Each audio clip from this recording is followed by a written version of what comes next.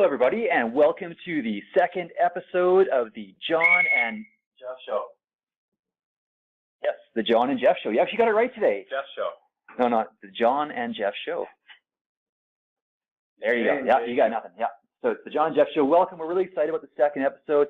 You know, we got some pretty exciting news for you folks today that we're going to share, and some opportunity to win prizes, cool things like that. So before we get into that, this episode is brought to you by a sponsor, and our first sponsor today is a group called Healbright. I used to play with that when I was a kid. You know, the little things, and you put the little knobby things into the holes, and you make like these pictures. That's Lightbright. Yeah, that's it. I love that. That makes me so happy. I'm going to get a Lightbright. I should go get a Lightbright. All right. Once again, Jeff showing why it's called the John and Jeff Show. So I said Healbright, not Lightbright. So besides Lightbright, you know, any other thing that comes to mind? I know there's the word bright in it, so this might not be a concept you're familiar with, but what do you think about Healbright? It sounds lovely. It sounds lovely? Well, you know what? But I'm still going to go out and get a Lightbright. You're still going to go, okay. Well, that is about your level of mental prowess. So their mission is to change the way people think about mental health by offering on-demand mental health courses led by expert therapists.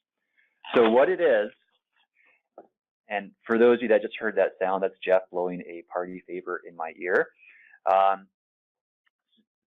What Healbright is essentially a suite of, mental wellness videos. So things about, dealing with annoying people like Jeff, but also stuff like, dealing with grief and loss or... John, I kind of resent that because I got you a gift. You got me a gift? I got you a little gift here to kind of share with you just how I feel about you and working with you. Oh. I wrapped it up just for you. I see it's wrapped in leftover paper from the printer. It's very nice. Well, it's nothing but the best for you. Oh, it's a picture of you. Oh, nice. That's not very nice, John. That was a very thoughtful gift. It took me time. Yeah. To find something that just, captured my feelings about you so perfectly. Well, I could have sworn it's a picture of you, but now that it's a little poo emoticon that dances when the sun hits it, John. I think put that on your desk. You know what? I think we're going to need a video version of this podcast so that people can start to see these things and the ridiculous outfit that you're wearing right now. But yes, folks, Jeff has given me a poo emoji in the middle of our sponsorship thing, which was not in our rehearsal at all. So thanks for that, Jeff. So Healbright definitely has, things to deal with grief and loss in your life and just mental wellness in general, which, as we all know, as wellness professionals, can really lead to a lot of other health problems as well. So our guest today is actually one of the speakers on the Healbright site, and you can get a free trial. So if you're interested in a free trial, contact me at customer service at corehealth.global. I'll get that arranged for you. You can try it out and see if it's something suitable for your workforce. And of course, every episode is brought to you by our employer, Core Health Technologies, the #1 all-in-one wellness platform trusted by wellness providers for over 2 million employees worldwide. Now, I just want to let people know too, we have the email address podcast@corehealth.global. You've all heard Jeff and I arguing about if this should be called the John and Jeff Show or the Jeff and John Show. We've asked you to chime in by sending us an email. Well, I'm proud to say that 100% of the responses we got said it should be called the John and Jeff Show. In my defense, there was only one submission, so it doesn't count. Well, it's still 100%. And so, if you want to chime in, give Jeff a vote or two, or say if it should be called the John and Jeff Show, maybe you have some ideas for the podcast. Maybe you have a great guest that would be a perfect speaker on a future episode. Make sure to let us know. We want to hear it. Or maybe some party favors and sound effects. And poop emojis. And poop emojis. Yeah. So actually, you know what? Let's include that in the prize. So we have a prize for our viewers today. So if we can get people to write in, and we have at least 100 listens to this episode, we are going to give out an autographed copy of the book from our speaker today. The book is called The 7 Paths to Lasting Happiness. His book? No, not you. We want one that's more than just a coloring book, Jeff. So I like coloring books. I know you do. They make me happy. Very obvious. So yeah, if you want to win that autographed copy of the book, make sure you write it into podcast@corehealth.global. Tell us a show idea. Tell us if you want it to be called the John and Jeff podcast. Whatever you want to say. Jeff and John. We're going to pick the best one, and we're going to read it out on the air for our next episode, and we're going to send you the autographed copy of the book in the mail. All right, and I'm also excited to announce that our podcast is now available on iTunes. So right before, you could only get it on Spotify and Core Health's YouTube channel. You can now get it on iTunes as well. It's the John and Jeff show on there. Use the ampersand symbol for the and you should be able to find it no problem. All right, let's move on to wellness news.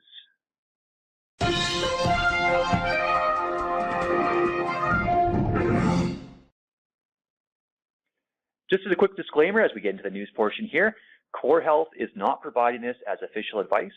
Before making any changes to your current lifestyle, you should always contact a healthcare practitioner.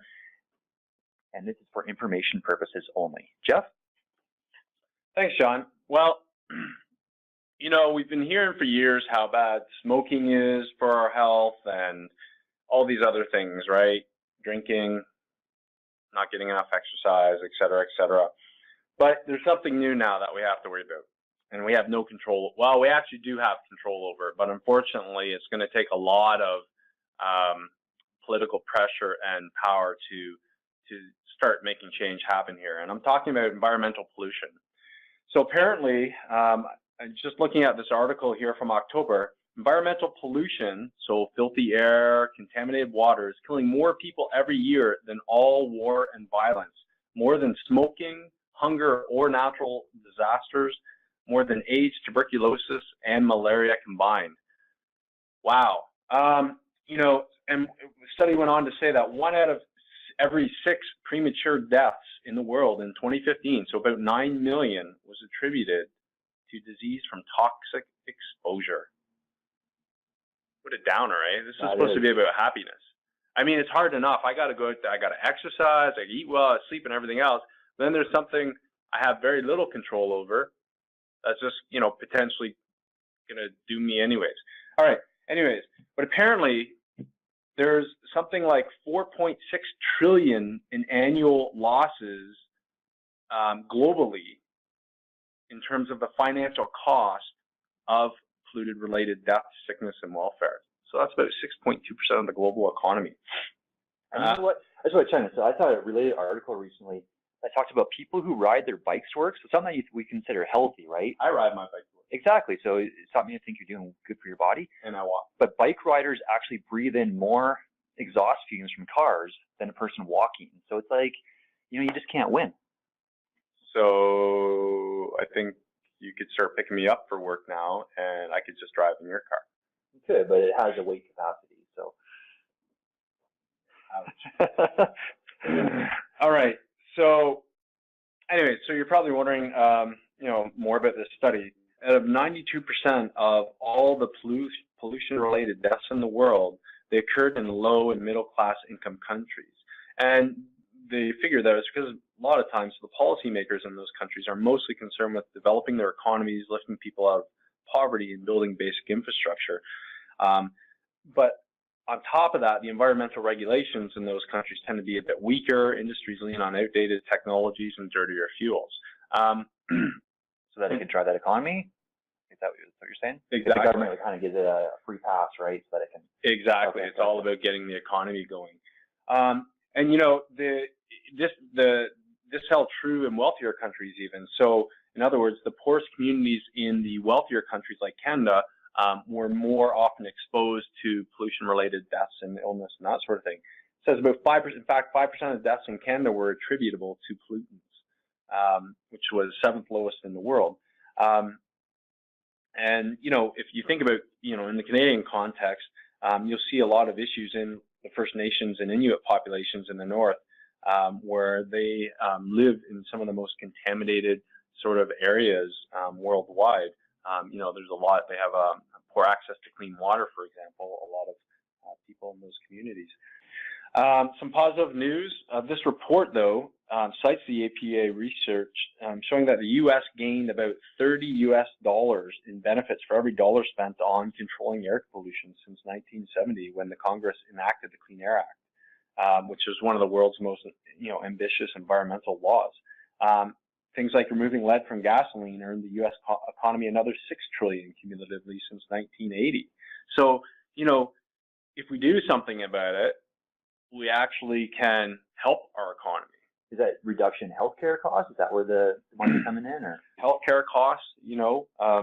Is probably a big one, because obviously if your environment's healthier, cleaner, you're going to have a healthier population.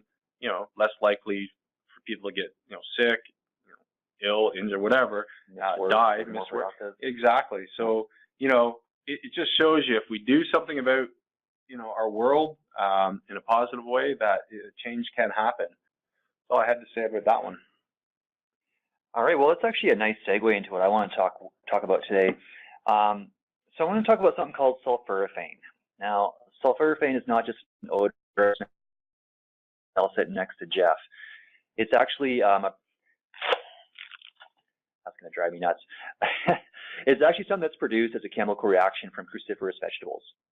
So cruciferous vegetables are things like broccoli, kale, cauliflower, Brussels sprouts, all those things that we encourage people to eat in a wellness program typically. Now, what happens is sulforaphane isn't inherent in the plant, but when it's chopped or chewed, it's produced as a chemical reaction. And it's an extremely powerful antioxidant and anti-inflammation component in your body. So one of the other things it does as well is it actually eliminates benzenes from your body. So that relates a lot to the pollution stuff that you're talking about. Especially if you're a smoker, you should definitely be eating cruciferous vegetables. A big problem, though, is you don't get a lot of this sulforaphane from broccoli and kale and all that, and you lose a lot of it if you cook it. So broccoli sprouts are actually the best way to get sulforaphane. And you actually get up to 100 times more sulforaphane from sprouts than you do from broccoli itself. Now, what sulforaphane does is it activates NRF2 pathways. So NRF2 is a powerful protein that's latent within each cell of the body. And it's unable to do anything until it's released by an NRF2 activator. So sulforaphane is an NRF2 activator. And when you take it, it activates that gene in your body. Again, very powerful antioxidant, anti-inflammatory agent.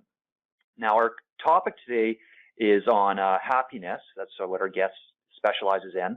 And I'm going to do a little series on sulforaphane in the next few podcasts here, talking about some of those other benefits like cancer prevention, things like that. But today what I want to talk about was a study that they did on mice. So what they did was they stressed mice out, and it's actually pretty horrific. They would hang them by their tails and do all these terrible things to the mice to stress them out.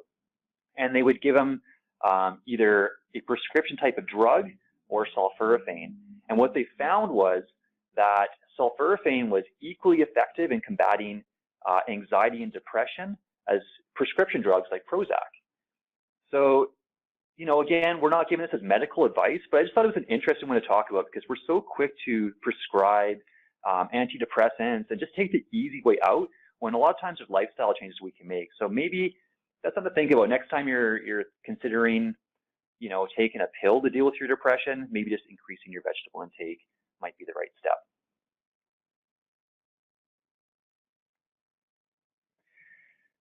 Okay. Now, so I read another study. I really liked it, actually. We're in this day and age, we're technology driven. We're always, looking at social media on some sort of computer, tablet, our phones, whatever. This particular study was about how the soothing power of touch can ease both physical pain and the sting of hurt feelings, which is why what the researchers said was so important because of our, social media driven world, right? Basically what they discovered was, in this study, people in the study who were perceiving that they're feeling left out of this virtual game, they thought they were competing against, other actual people, but they're actually just competing against computer generated players.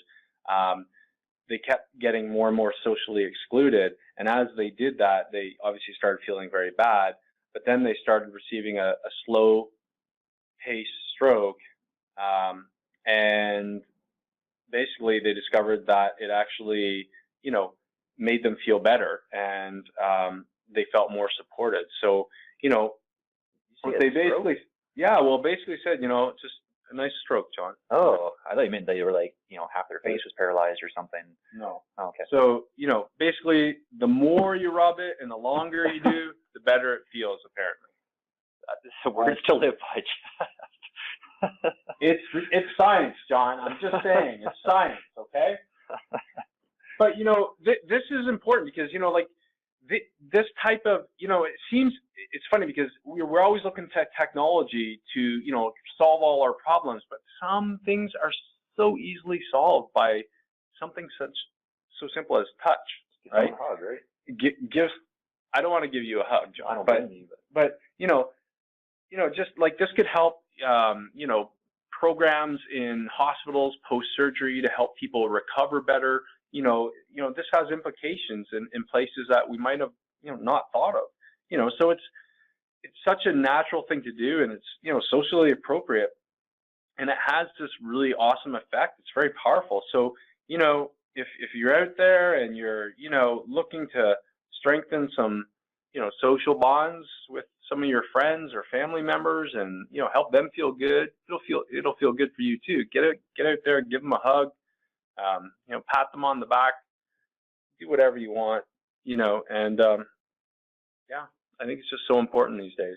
Like very few people seem to just go out there and touch one another, John. Anyways, I mean, it's a good theme, right? So eat your vegetables, be more social with each other, and look for those alternative ways to improve your life. All right, we're super excited about our guest today. Jeff and I both are. This is one thing we actually agree on. We've got Dr. Ilya Gurgaris, who's the president of the Happiness Center, which is an organization dedicated to personal success and happiness. He's also the author of the book, The 7 Paths to Lasting Happiness. He has a new show on a CBS affiliate called Cash Cowboys, and I think he's going to let us know a little bit about that today.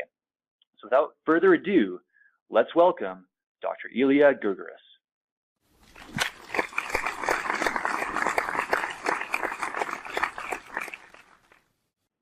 Dr. Ilya, we're so glad to have you on the show today. We're really excited. When we got some recommendations from Healbright about potential people that we could offer, I know Jeff saw the list, and we definitely gravitated towards you as our first choice. So thank you for being on the show today.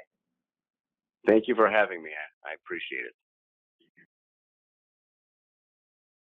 Yeah, it's a pleasure to meet you. This is Jeff. And, I loved, I went through all your videos, and I really enjoyed watching them. A lot of things resonated with how I live my life.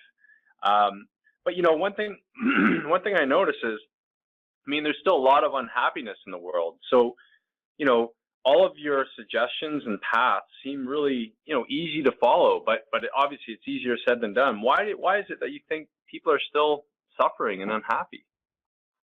Well, the reason for that is because knowledge without application is just education.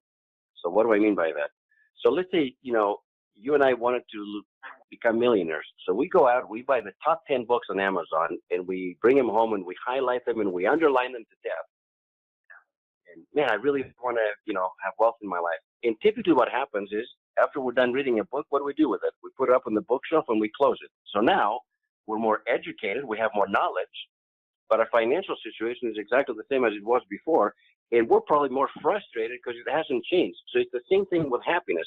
You can read all the great books, and you can read my book too. And it's not like my 7 paths are something totally unique or new. The reason why I think this book has resonated with readers is not because of the 7 principles, but at the end of every chapter. So, which is more of the application. Everybody knows that loving yourself is important, or having gratitude is important, or forgiveness is important. They just don't know how to do it. And it's the how-to part that I think has resonated with readers. At least that's the feedback that I've received. So it's in doing the work. And happiness does take work, believe it or not. It's not something that happens magically. So if you just read the book and then you close it and, hey, I'm not any happier now. No, you're just more educated. You just know more. But it's in the application. That's what matters. It's the doing. Sometimes that's hard work, but it takes work like everything else. Hey, I totally get that. It's hard work being happy around Jeff, so I definitely get that as well. It's been a real work to get that to work for me. Why do you think I wore these glasses for you, John? I really have no idea, Jeff, but I think we're going to use it in our promotional. I saw a smile. Yeah, well, that's because I'm excited to be talking to Dr. Elia today. But, you know, as you can see, we're kind of bantering back and forth here with a little bit of laughter. So, you know, Elia, how important is laughter to achieving happiness? And can you tell us a joke to demonstrate that? Well, I don't know if I have a joke right off the top of my head, but laughter releases, you know, there are chemicals, biochemicals in your brain. Every time you laugh, you feel good about it. The only joke that I can come up with, and this is off the top of my head, is something my dad used to say. And mind you, he didn't get along with my grandmother, his mother-in-law. So my dad would always say, "Son, what's the difference between in-laws and outlaws?" And I'm like, "I don't know, Dad. Outlaws are wanted." So he would say, my dad. That is a classic dad joke. Yeah. So it's my dad's Greek sense of humor, I guess. So yeah.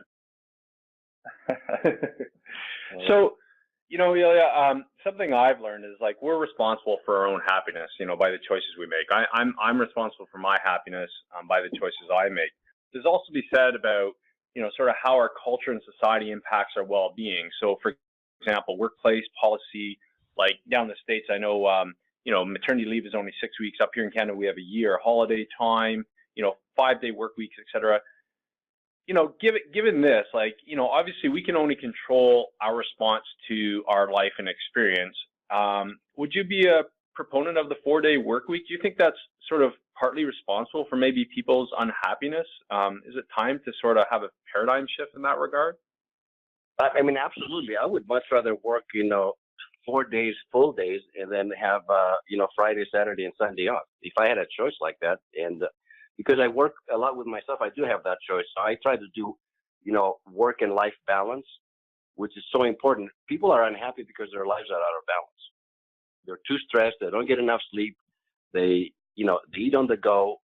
They don't do a lot of the self-care, which is one of the reasons why the first path to lasting happiness really is self-love, learning how to love yourself. And that part of that is learning to find balance in your life. And I think in the United States, you know, wealthiest country in the history of the world, we got more stress, more depression, you know, suicides. I mean, we have, you know, we have a lot of struggles. And if you look at the top 50 companies, let's say, at least in America anyway, where people enjoy working, the one characteristic that all the people that really love these companies, I love working for these companies, the number one trait that they have in common is work-life balance. Isn't that interesting? Where they feel like, man, you know, the CEO or the president treats me like a human being, cares about my family. If my wife is sick, hey, stay at home and telecommute. You don't have to come to work today. You know, that they afford things where what happens outside of work, if it's good and positive, impacts how you are at work. And I do a lot of leadership training and executive coaching, and I work a lot with the people in the companies. And that's one thing that I stress. You got a lot of problems outside of work, it's going to impact your performance. You have balance at home, you have love at home, you have healthy relationships at home and outside of work. That's also going to influence your performance, but in a positive light. So I agree. And one last day I have to spend with John. That's another day. Yeah. Well, no, it's true though. I mean, you're very successful yourself, and you're putting that in place, you know, that policy into place in your own life, which is nice to see. And, you know, really great documentary out there actually for people that might be interested in this stuff and seeing how other countries, you know, kind of implement these policies. It's called Where to Invade Next. It's a Michael Moore film. And they look at places like Italy, for example, where, you know, everyone gets a 2-hour lunch break. So they actually get to go home with their family and make a big meal and all sit down together and have a lunch. So that work-life balance is huge. And by the way, that's kind of funny because I grew up in Greece in the old days. I remember my dad coming home from work in the middle of the day, kind of like 2 o'clock, having lunch, then going back to work. And when we moved to the United States, you never saw that happen. You know, he left in the morning and you didn't see him until it was dark, you know, late at night. So very different approach to work. Yeah. Definitely. Well, I'm proud to say that we work for a company that's, very much about employee happiness. So, one of the paths to happiness is serving others that you mentioned in your book there. And, we do a lot of fun staff things here. We had an amazing race style challenge, for example. We've all gone skiing together, and we recently had one where we went curling, which is a Canadian kind of sport for anyone that's not familiar with it. John's a horrible Is curler. that really a sport, honestly, now? Is curling really a sport between you and I? You know what? It's way harder than you thought. I thought it was going to be easy, too. But, I was kind of falling on my own butt there, just trying to get it down the ice. So I'm an experienced curler. I did it in high school. It was fun. It's great. I loved it. Really? Yeah. That's awesome. That's the extent of Jeff's flight of prowess, but is rolling something down ice. But anyways, so we do all these cool things at work here. And, one of the most fun things that we actually did was we went to a soup kitchen to make food for homeless teens. And what is it about serving that is so innate to happiness, and how can we make this a regular practice in our lives? So I would say that we actually serve one another more than we give ourselves credit for. So if you're a parent, and especially mom or if you're a stay-at-home parent, you're serving on a daily basis. There's something to be said about service. If you're ever unhappy with yourself, forget yourself and get lost in the service of others, and you will find that there's some inner satisfaction. Especially when service happens there's no monetary reward. It really is your time and your talents and your resources in serving your fellow human beings and truly and we raised in our family, we served with our kids. Now we're empty nesters, but when our kids were growing up, we fed the homeless on a monthly basis. We went out of our way to do things like that. And I'm telling you, even though the kids grumbled at first, every time we were driving home after an act of service, they were so happy and communicate, hey, I'd like to do this again. This was so much fun. Initially going into it, you might be like, I'm busy. I'm playing my computer games, my video games. I don't want to go out in the cold and shovel somebody's snow. But afterwards, you always feel better after you serve somebody else. Always. So really, I could use that as a justification. So, for John to massage my feet, I could say, John, come on, you'll feel better after it. Just get right into it, 100%. Jeff's actually has his foot up on me right now. You'll feel better. You'll be happier. Well, I'll be happier. The smell's going to knock me out any moment now, so you can put that down. Thank you. That's really cool. He's not dedicated to applying. He's not dedicated to applying your path here, Ilya. But knowledge, like you said. Guys, knowledge without application is just education. It's the act being selfless. When you have selflessness, that's when you feel happier. There's a direct link between selfless service and happiness. Otherwise, we live very selfish existences, right? We're like, it's me, myself, and I. Well, that's not going to bring you joy and happiness if it's all about you. Exactly. And I was trying to be selfless there by, giving something John to do to make him feel happy. Yeah. I got nothing. I'm actually visualizing, you guys rubbing each other's feet. So that's I will have to pause there for a minute. So. Well, you talk about managing stress as a means to happiness, and trust me, I manage stress every time I do one of these recordings with Jeff. But one thing you suggest is that stress can actually be used to improve our lives. Can you expand on that? Okay, so when you think about the word stress, it really has a negative connotation. When you say, hey, how are you doing? Oh, I'm all stressed out. That's a classic answer, right? But there is such a thing as good stress. And so if you look at athletics, if you take any elite athlete, right, if they had absolutely no stress going into the game, they would, basically sleepwalk. And you've seen teams that are not motivated, right? They sleepwalk through the game and they get trounced, they get killed. You need to have a little bit of stress, even when you take a test. Actually, you need to have because that elevates your mood a little bit. Now, too much stress can be debilitating. So there's a fine line. So I say, good stress is needed.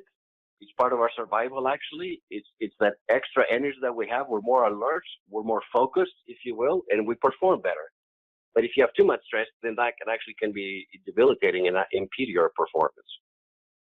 And by the way, there are stress busters, right? There are things that can, if you have too much stress, there are things we can do on a daily basis. Meditation is one of those things that we can do. Being outside and going for a walk and being in nature helps. exercising. And you don't have to become a triathlete. When I talk about exercise, people say, well, I'm not talking about becoming an elite athlete. I'm talking about maybe go for a walk, maybe go for a 15-minute run, maybe go for a swim, go for a bike ride, be outside. Don't be, anything that movement, however you define that, just be on the move. That helps relieve some stress. Talking to somebody that you trust, like a confidant, a mentor, a coach, a therapist, a friend, getting it off your chest, maybe doing some writing, some journaling. All those things are stress busters. And those are very practical things and very easy things to do, and they don't really cost anything. Absolutely. I agree.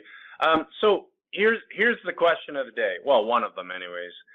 So if you had to choose. Wait. What? Yeah, before you ask it. So, we have a segment that appears on every podcast called If You Had to Choose, where we present a couple, equally bad scenarios and ask our guests to choose which one they would choose if they were forced to. But, we have a little intro song to the beginning of our podcast. We've got the applause that welcomes our guests. We've got the news sounds that we play before our news segment. I was thinking, we need some kind of little introduction for the if you had to choose question. So I came up with a little song, and I want to see what you think, Jeff. And Eli, okay. You can ring in on this too, okay? Sure. So here's how it goes. All right, here we go. If you had to choose, you'd probably choose John, because with Jeff you lose. What do you think? Ouch. I'm going to wait until the other no-win question that you guys have that's coming later on in the show to answer that. So you'll find out. All right. Well, listeners, if you like that to be the jingle, you make sure you write into podcast@corehealth.global, and I will edit that out and include it in the jingle. And for those that can't see us right now too, Jeff is constantly blowing some sort of party thing in my ear. Okay, ask your question. Just giving him a little bit of stress, because otherwise he wouldn't have any. All right. If you had to choose, okay. This is a big question of the day. Big question. Okay. Would you rather be, and this is probably the most common happiness question, out of probably all of them, I don't know. Would you rather be completely, absolutely dirt poor, where every day is a struggle just to survive, right? But you're happy, right? Mm-hmm. Or have virtually unlimited financial resources, but be miserable? So I think if I had to struggle to survive and to put food on the table and to feed my family and take care of my family on a daily basis, that to just basic survival, I honestly can't say that I would be happy, because I would be focusing on just surviving. On the other hand, if I had unlimited resources and I was unhappy, that's an easy fix. I can hire Dr. Eli and he can make me happy in a day. So. Good answer. That is a good answer. So I'm curious, there's, you can do a lot of things, obviously, as you mentioned in your 7 paths, or especially around self-care, right? Getting physical exercise, proper amount of sleep, eating well, those types of things. Some people need that extra kick, though. Some people get, clinically depressed. And I'm just curious what your opinion is on antidepressants, and if you think maybe they're overprescribed. I do think they're overprescribed. I think it's a quick fix, honestly, because there's so many other things that we can do. Now, having said that, because in my previous life, I spent 18 years as a clinical psychologist in private practice, and I treated a lot of people that had depression. So there's two different things. One of them is the clinical depression, which has to do more, there's a chemical imbalance, let's say. Sometimes you need that antidepressant to balance you out. However, even for those people that I treated, I would say, you know what? Yeah, I know you need to get up to this point so you and I can do the work together. But my hope is that eventually, as you utilize the tools, I can give you the tools and kind of hold you accountable, but you go out there and you utilize those tools, that you will start feeling better and you can cut your dosage and maybe eventually, eliminate it altogether. And I had so many people that never, ever thought they would be without medication. That was their crutch, that are living healthy, happy, productive, and thriving lives, and they're not on medication anymore. But I can tell you, they were so low that they weren't even able to do the job until they got on medication. So initially they needed that bump up. Otherwise they were too depressed. They had no motivation. They just couldn't do it.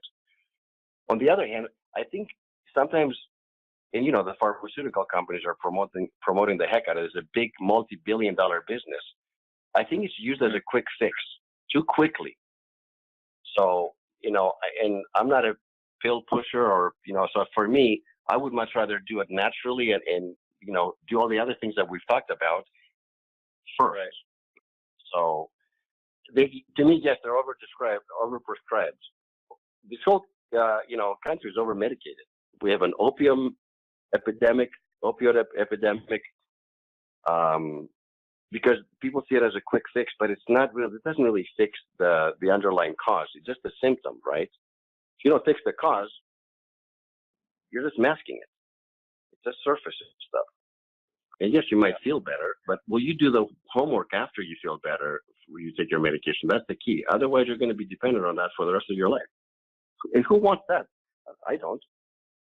And I'm personally not even convinced that they actually feel better. From what I've heard from a lot of people on antidepressants, it's not so much that they feel better, it's that they just don't care one way or the other.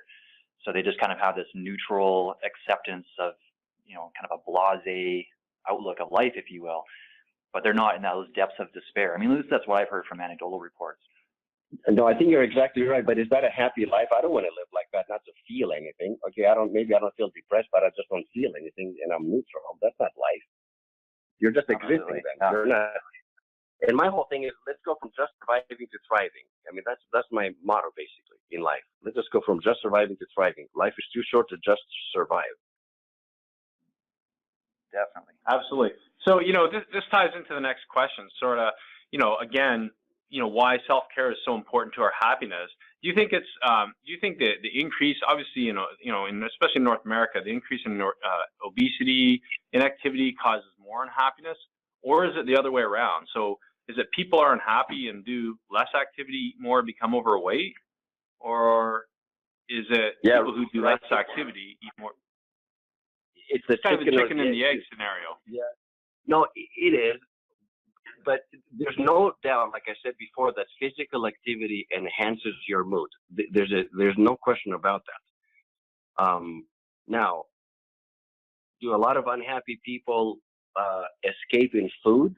And like you said, we have an obesity epidemic here. I think that they do, because food is the great comforter. And who isn't guilty when they're not feeling well, myself included, that I don't go to my comfort zone, which is my ice cream. I mean, I admit it. If I'm not feeling good, I can load up on that ice cream.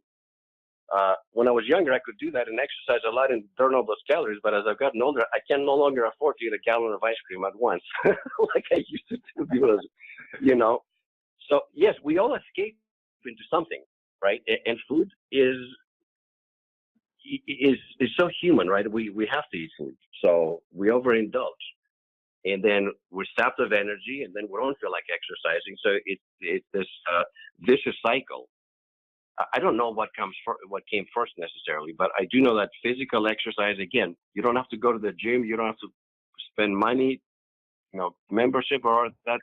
Just be outside and move around, and you will feel better. It's free. The air is free. The sunshine is free. Hiking is free. You can do all those things and be outside, and your mood will elevate. And then, what Aristotle said, the great Greek philosopher Aristotle said, everything in moderation, including ice cream. I still eat ice cream, but I don't eat it in the vast amounts that I used to eat before. Everything in moderation, including what I thought you were going to say is everything in moderation, including moderation, which I think is an Oscar Wilde quote, maybe. Yeah, but, I like the ice cream one too. But my point is, feed yourself and indulge in the things you enjoy, but just in moderation. That's also you can continue to enjoy.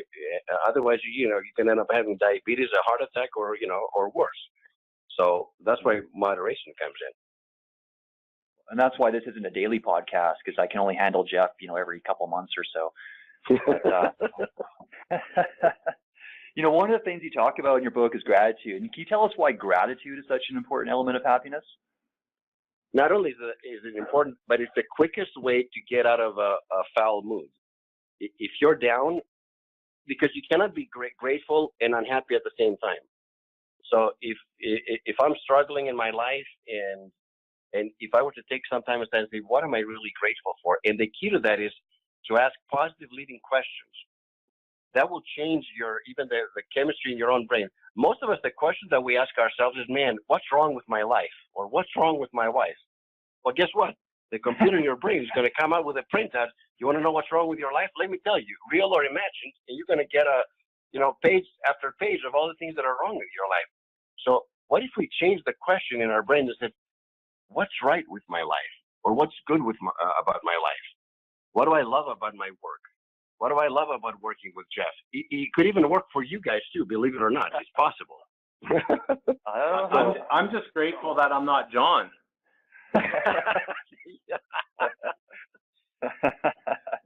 And honestly, guys, the gratitude list is endless. Just physically, if I'm grateful that I have eyes to see and I partake of the beauty of this world, that I can still hear, that my hands move, that my feet move, that this body, this amazing organism continues to function and, my heart's still beating, all the way to all the other things that I'm grateful for. So the gratitude list, I would say do 3 things a day that you're grateful for. You can keep going for a whole year and not ever repeat those 3 things. Yeah, excellent points. Well, now the toughest thing, by the way, is to be, how can I be grateful when times are tough? Because really, when times are going well, it's easy to be grateful, right? It's great, easy to be hopeful and faithful. It's when times are tough, can you still find gratitude in the problem?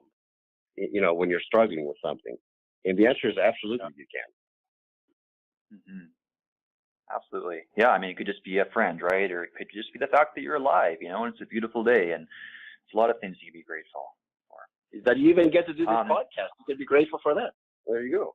Yeah, absolutely. We're very grateful we have you as a guest today. So, and remember, another element of gratitude. That's it. Attitude of gratitude. If you have an attitude of gratitude, you're going to have a great life. Well, we got the attitude part down. It's the gratitude that we need to work on. We're working on it. And, forgiveness. I need to forgive Jeff for all these, insults he throws at me all the time. But, that's a really important element for self-happiness. And can you talk about why this is such a challenge for some people and how they can overcome that obstacle? Because I know I'm going to really benefit from learning from that point. So forgiveness, there's no way you can not forgive somebody else and be happy on the inside, because basically you're carrying inside you resentment, right? You're in resentment, to me, equals unhappiness. Forgiveness really, if I'm going to forgive somebody else, I'm doing it so I can be free. It's freedom. Forgiveness equals freedom to me. But I will tell you one thing, the people that have a hard time, man, my husband never says sorry. He never says, he never forgives anybody. You know what I can tell you? What I have found out, this is human nature. People that have a hard time forgiving others, you know why it is? Because they have a hard time forgiving themselves deep down inside. True. They're critical with themselves, therefore they're critical with their spouse or their kids or their friends. When they learn how to forgive themselves, truly forgive themselves, then they're able to forgive others much easier, honestly. So forgiveness equals freedom. You don't forgive, you're a slave to your anger and to your resentments. If you forgive, you're a free man. And the sooner the better, by the way. So, not just carrying it with you. And the old saying, by the way, forgive and forget, I don't buy that between you and I. I think you can forgive, but you never truly forget something. If somebody harmed you, never truly forget that, but you can forgive them. And the next time you're in their presence, you don't have that pit in your stomach and you feel like throwing up or you feel like punching their lights out, You're free. The energy, that negative energy is gone. And you can actually even wish them well in their life. That doesn't mean you have to be friends with them, but at least you forgive them and you move on with your life. I don't think we ever truly forget, though. Yeah, that's true. Good point. But, Jeff, I forgive you for all the mean things you do to me on this podcast, including that little part here. Okay. So we're going to wrap up here pretty quick. But we have another if you had to choose question. And, we kind of have been building up to this moment here. So if you had to choose between this podcast being called the John and Jeff Show or the Jeff and John Show, what option would make you happier? The happiest option for me would be the J and J Show. Everybody wins. Everybody's happy. I had the same insight when I was out this afternoon on my lunch. I was like, it should just be called the J and J Show. Then it'll end the debate. See, great minds think alike. Then there you go. Exactly. So, in other words, what he's saying is he likes my idea. It should be the Jeff and John show. His head is blown up 5 times its regular size. You don't know what happens when you give Jeff a compliment. So. Well, the fun thing about that is, you know what that does? It takes all the ego out of it. No, seriously, there's no who comes first. It takes the ego out of it. That's why J&J could be, and everybody wins. And in the end, in any relationship, you don't want to win and have somebody else lose. You want to have a win-win. And that's one way to do it. Yeah, I guess just I can a get on suggestion, board. guys. Just a suggestion. Or you can,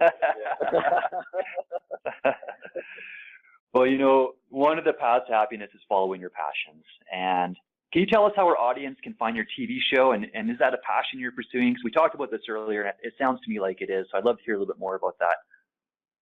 Yeah, so the TV show, a year and a half ago, I had this crazy idea about a reality show.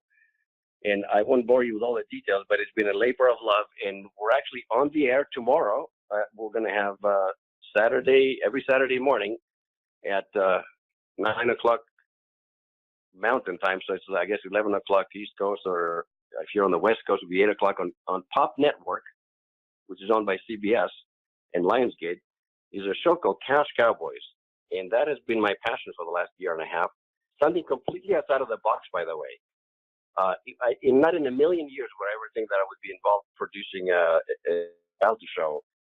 However, what it's done for me personally, although it's been really hard work, it's anytime you learn something new, I don't care how old you are, I'm jazzed in the morning. Every morning I wake up and I say, I wonder what's going to happen on the set today, or editing, or filming, or dealing with the different characters. It's exciting to learn something new. And I guess when you look at successful people, they tend to be pretty passionate about what they do.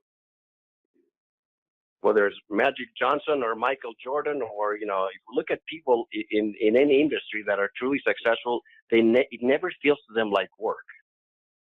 I would do it if I wasn't getting paid anything. This is something that I'm truly passionate about. And my biggest passion in life, and what has motivated me really throughout all these years, is to make a difference in other people's lives. That's what happiness is so important to me too. And if you don't have passion in your life, I just want you to think about when you were a little kid, what did you dream about becoming? And I want you to think outside of podcast. There you go. That you fulfilled your destiny. And with me, no doubt. Exactly. So be passionate, learning something new, continuing to seek to improve, to serve other people, to elevate other people's lives. Look, Jeff and John and Ilya, all three of us have a sphere of influence, right? Large or small or wide or far or whatever. So what do we want that sphere of influence to be? We want it to be positive, loving, kind, serving, having fun, playing, working hard, playing hard. But really, in the end, to make a difference. I want to leave this world a better place than I found it. If I've done that, then my life has been a success. That's how I view, life. So, and when you're passionate about that, it never feels like work. It feels like, man, this is great. Absolutely. That's a nice way to tie everything together today. Dr. Ilya, great pleasure to have you on the show today. Viewers, make sure you check out his book, 7 Paths to Lasting Happiness, his new show. We're recording today on November 17th, so it starts tomorrow on the 18th. Make sure you check that out. And thank you again for being here, Doctor. It's been a great pleasure. It's my pleasure, too, and I hope that J&J show is a huge success. So keep up the good work, guys. Let's move on to the final part of our podcast today, reflections and wrap up with Jeff. Jeff? Thanks, John. I really loved, hearing what Dr. Ilya had to say around the paths to happiness. I really enjoyed the videos, and like I said, it's something I like to think I apply in my life, or try to anyways, as best I can. Because, happiness is a choice. I mean, regardless of our external circumstances, we really choose how we respond to any situation, right? And there's freedom in knowing that I create my own life by the choices I make. If I react to a situation angrily, I'll just create more conflict in my life. If I respond to a situation more consciously, I can create more peace, happiness, harmony in my life with the people around me. So I really resonate with what the doctor had to say, and yeah, I really appreciate it. And maybe you can put that into practice with me in the next podcast episode. Probably not. Probably not. Thanks everyone for tuning in. We really appreciate it. Share this with all your friends and family, and stay tuned for the next episode of the John and Jeff podcast.